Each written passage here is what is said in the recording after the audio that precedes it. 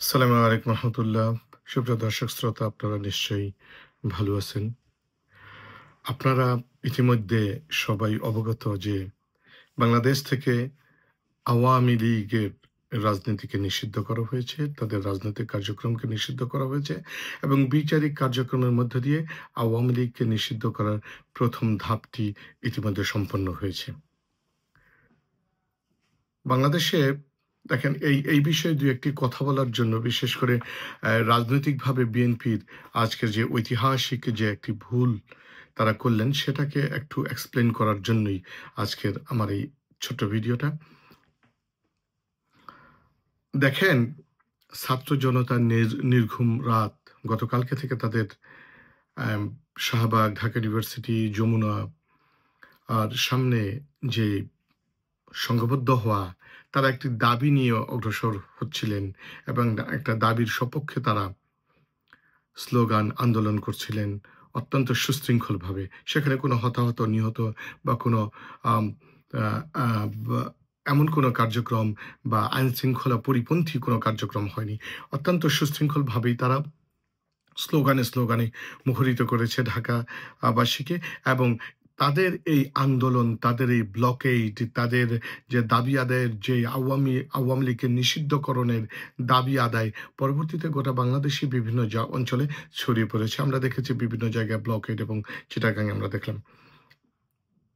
একটা বিষয় আপনাদেরকে খেয়াল রাখতে হবে যে বর্তমান যে ছাত্র জনতার যে একতা, এই ছাত্র জনতার একতা কখনো ফেল করে না, তারা কখনো পরাজিত হয় না, বরং তারা বিজয় ছিনিয়ে নেওয়ার জন্যই, বিজয় লাভ করার জন্যই তারা একতাবদ্ধ হয়, একত্রিত হয়। আজকে এটা তারা আবারও প্রমাণ। আমরা জুলাই অগাস্টের যে বিপ্লবের মধ্য দিয়ে ছাত্র জনতার যে একাত্মতা আমরা দেখেছিলাম এবং যার ফলশ্রুতিতে বাংলাদেশ থেকে স্বৈরাচারী দল, ভারতের পদলেহনকারী দল এবং সন্ত্রাসী দল, বাংলাদেশের লুটপাটকারী মানবতা বিরোধী দল আওয়ামী লীগের প্রধান দেশ ছেড়ে পালাতে বাধ্য হয়েছে। তখন থেকে ছাত্র জনতা আওয়ামী লীগকে, এই সন্ত্রাসী দল এবং জুলাই অভ্যুত্থানে গণহত্যাকারী দল আওয়ামী লীগকে নিষিদ্ধকরণের দাবি তারা বারবার তুলে আসছে। কিন্তু সরকার এটাকে অনেকটাই খেয়াল করেননি, কানে তারা তুলেননি। বিশেষ করে একটা বৃহৎ রাজনৈতিক দল বিএনপির ক্রমাগত প্রত্যেকটা পদে পদে তাদের বাধার কারণে ছাত্র জনতার এই দাবিগুলো আলোর মুখ দেখতে পারেনি। আপনাদেরকে একটা বিষয় খেয়াল রাখতে হবে, ছাত্র জনতা, বিশেষ করে জেনজি, তারা কিন্তু হারতে জানে না, তারা শুধু বিজয়কে সুনিশ্চিত করতেই জানে। আপনারা দেখেন, প্রত্যেকটা পদে পদে ছাত্র জনতা যখন প্রেসিডেন্ট হিসেবে শাহাবুদ্দিন চুপ্পুর অপসারণ চাইল, বাংলাদেশের সংবিধানকে বিলুপ্ত করে, বাতিল করে নতুন সংবিধান রচনার দাবি তুলল, তারা যখন জুলাই প্রোক্লামেশনের কথা বলল, প্রত্যেকটা ক্ষেত্রে বিএনপি, বাংলাদেশের অনেক বড় একটা রাজনৈতিক দল, তারা বাধা দিয়েছে। শুধু তাই নয়, বরং তাদের মাধ্যমে আওয়ামী পুনর্বাসন করার একটা প্রকল্প তারা হাতে নিয়েছে। এক্ষেত্রে তারা জনগণের এবং ছাত্র জনতার ভাষাকে বুঝতে তারা সম্পূর্ণভাবে ব্যর্থ হয়েছে।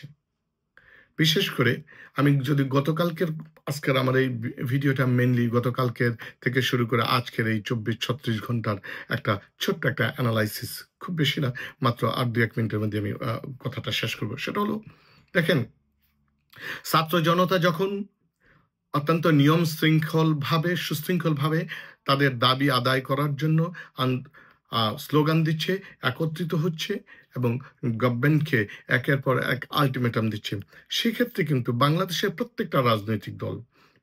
অলমোস্ট প্রত্যেকটা রাজনৈতিক দল, বিশেষ করে ধরেন জামাত, বাংলাদেশের জামাত ইসলামী এবং চরমনাই বড় বড় রাজনৈতিক দল, অ্যাকসেপ্ট বিএনপি, অন্যান্য ছোট সমস্ত রাজনৈতিক দলগুলো সেখানে তারা উপস্থিত হয়েছে এবং তাদেরও দাবি একটাই, আওয়ামী লীগকে নিষিদ্ধ করা এবং বিচারের মুখোমুখি করা। কিন্তু সেখানে বিএনপি যায়নি, বরং উল্টো তারা আওয়ামী লীগকে নিষিদ্ধ না করার পক্ষে অবস্থান নিয়েছে। আমরা বিগত দিনগুলোতে দেখেছি তারা আওয়ামী লীগের নিষিদ্ধ করার, আওয়ামী রাজনীতির নিষিদ্ধের ব্যাপারে তারা অলওয়েজ সম্পূর্ণ একটা ভিন্ন মাত্রায় অবস্থান করে। ছাত্র জনতা আর স্রোতের প্রতিকূলে তাদের অবস্থান আমরা বিগত দিনগুলিতে দেখেছি।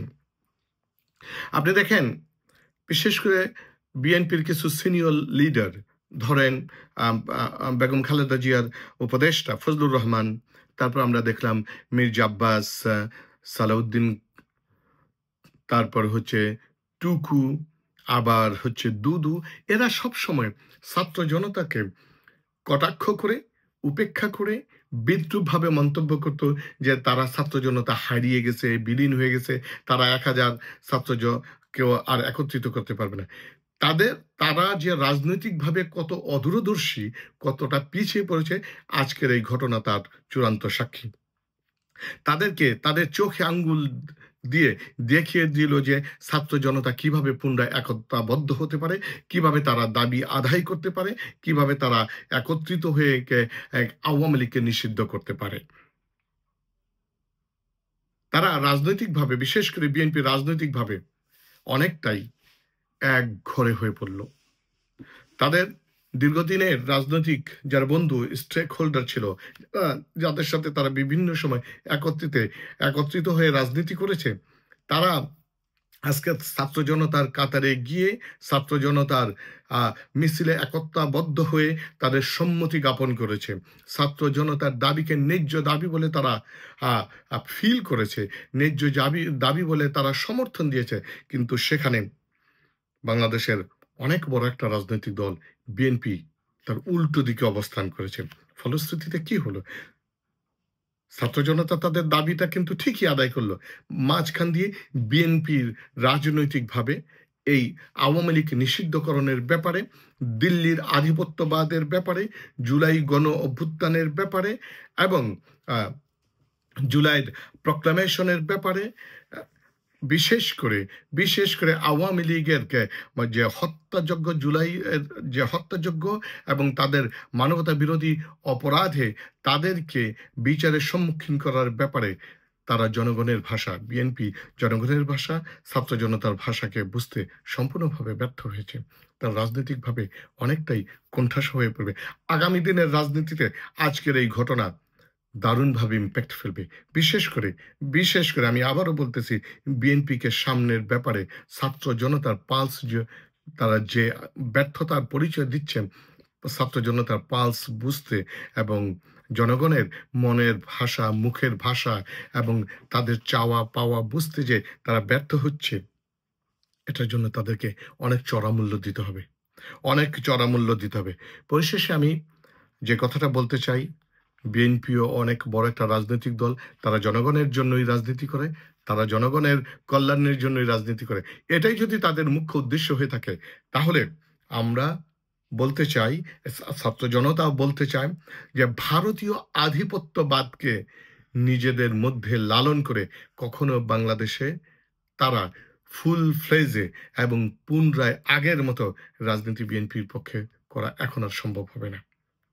পরিশেষে যে কথাটা উদাত্ত আহ্বান করতে চাই, বিএনপিকে ছাত্র জনতার ভাষা বুঝুন, উপলব্ধি করুন। শুধুমাত্র নির্বাচন নিয়ে কান্নাকাটি করে কোনো লাভ হবে না, এটা আজকে প্রতিষ্ঠিত সত্য। সবাই ভালো থাকবেন, সুস্থ থাকবেন। আল্লাহ হাফেজ। আসসালামু আলাইকুম।